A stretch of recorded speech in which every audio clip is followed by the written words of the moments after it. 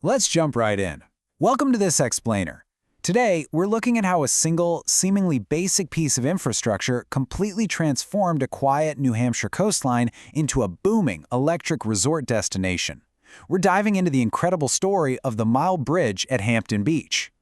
It really begs the question, right? How exactly does laying down some simple wooden planks over a river directly spark an era of grand luxury hotels, bustling casinos, and just massive summer tourism?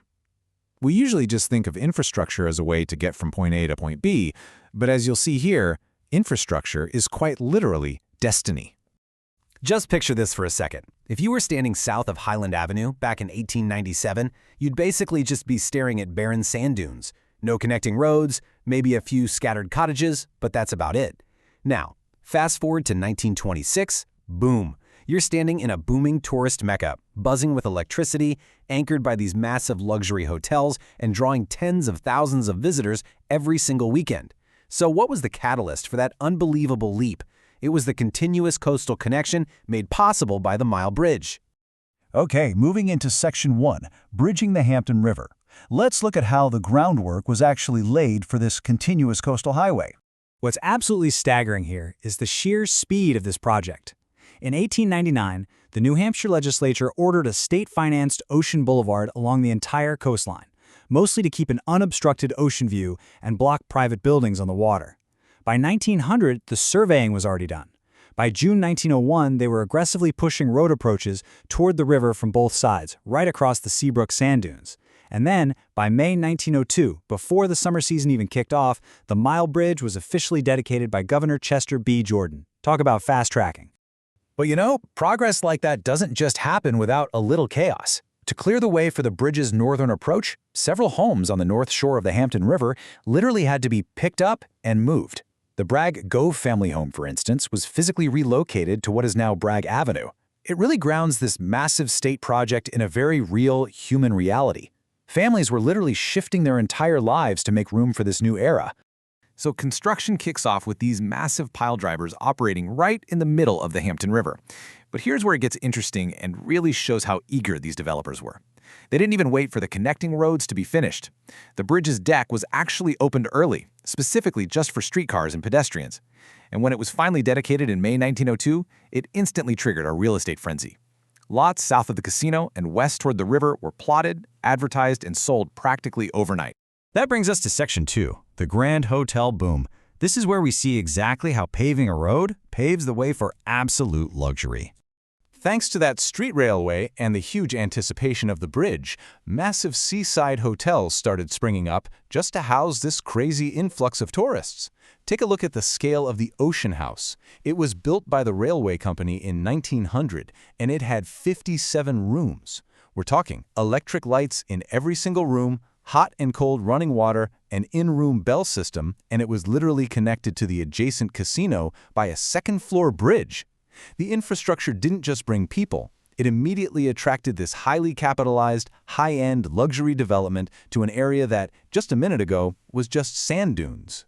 The locals were absolutely floored by this. A Portsmouth reporter in August 1900 put it perfectly, writing, "On every side, new cottages and boarding houses have sprung up, and the magnificent wide stretch of sandy beach is beginning to find appreciation among the throngs of cottages and excursionists now that it has been brought into easy access." Easy access. That was the magic phrase. And the ultimate symbol of all this newfound wealth came just a bit later. In 1912, local entrepreneur George Ashworth opened his legendary Ashworth Hotel. It occupied the absolute highest spot between Boar's Head and the river, showing off these massive two-story Corinthian pillars. It instantly became the total showplace of the beach, truly a monument to the prosperity that the Mile Bridge had ushered in. On to Section 3, Triumphs, Tolls, and Tragedies. Because as you can imagine, rapid growth brings some pretty severe challenges. The operational life of this bridge was anything but smooth sailing.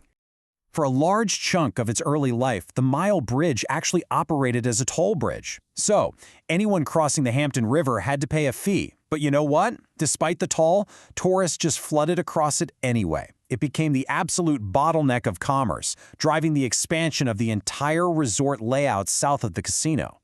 But having this vital lifeline also meant the whole area was incredibly vulnerable to the harsh coastal elements. The summer of 1918 started terribly for local businesses. First, there was severe storm damage, and then a devastating fire broke out on the Mile Bridge itself. Turns out, when your entire economic engine relies on one single wooden structure over a river, a fire isn't just a problem, it's a massive town-wide emergency. And honestly, fires were a relentless threat to this densely packed wooden resort town. In September 1915, a huge fire devastated a third of the main beach, and it completely destroyed the Ashworth Hotel. But the resilience here is just wild. George Ashworth literally instantly ordered a load of lumber to rebuild, making the new hotel even bigger. Then, in 1921, another catastrophic fire hit the exact same spot. Half the business district burned down. But this time, thanks to a lucky wind shift and intense firefighting, the Ashworth was saved. The entrepreneurs in this town simply refused to throw in the towel. The crazy thing is, out of all that destruction, the beach just kept building back brighter and brighter. Which brings us to this number right here, 2,101.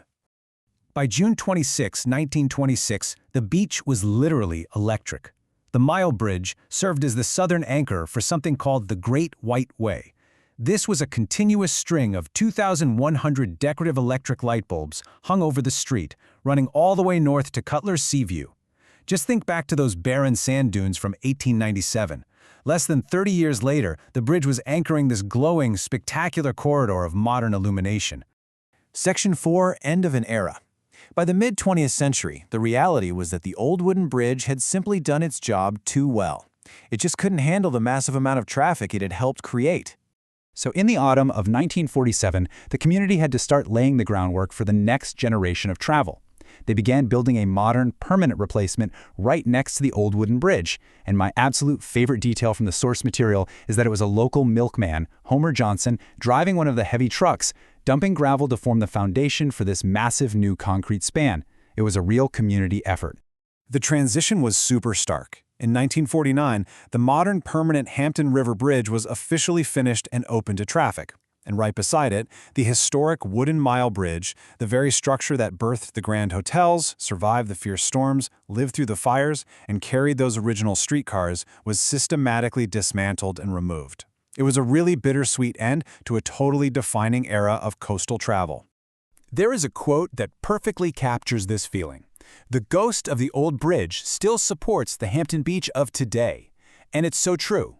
Even though the wooden planks are long gone, its legacy is everywhere you look. Every grand hotel footprint, every packed summer weekend, the whole layout of the modern coastal highway. It all traces straight back to the day they drove those very first wooden piles into the Hampton River. Which leaves us with a pretty fascinating thing to think about. We've just seen how a single wooden bridge completely redefined an entire coastline. So what invisible piece of infrastructure is quietly shaping the economic future of your own town today?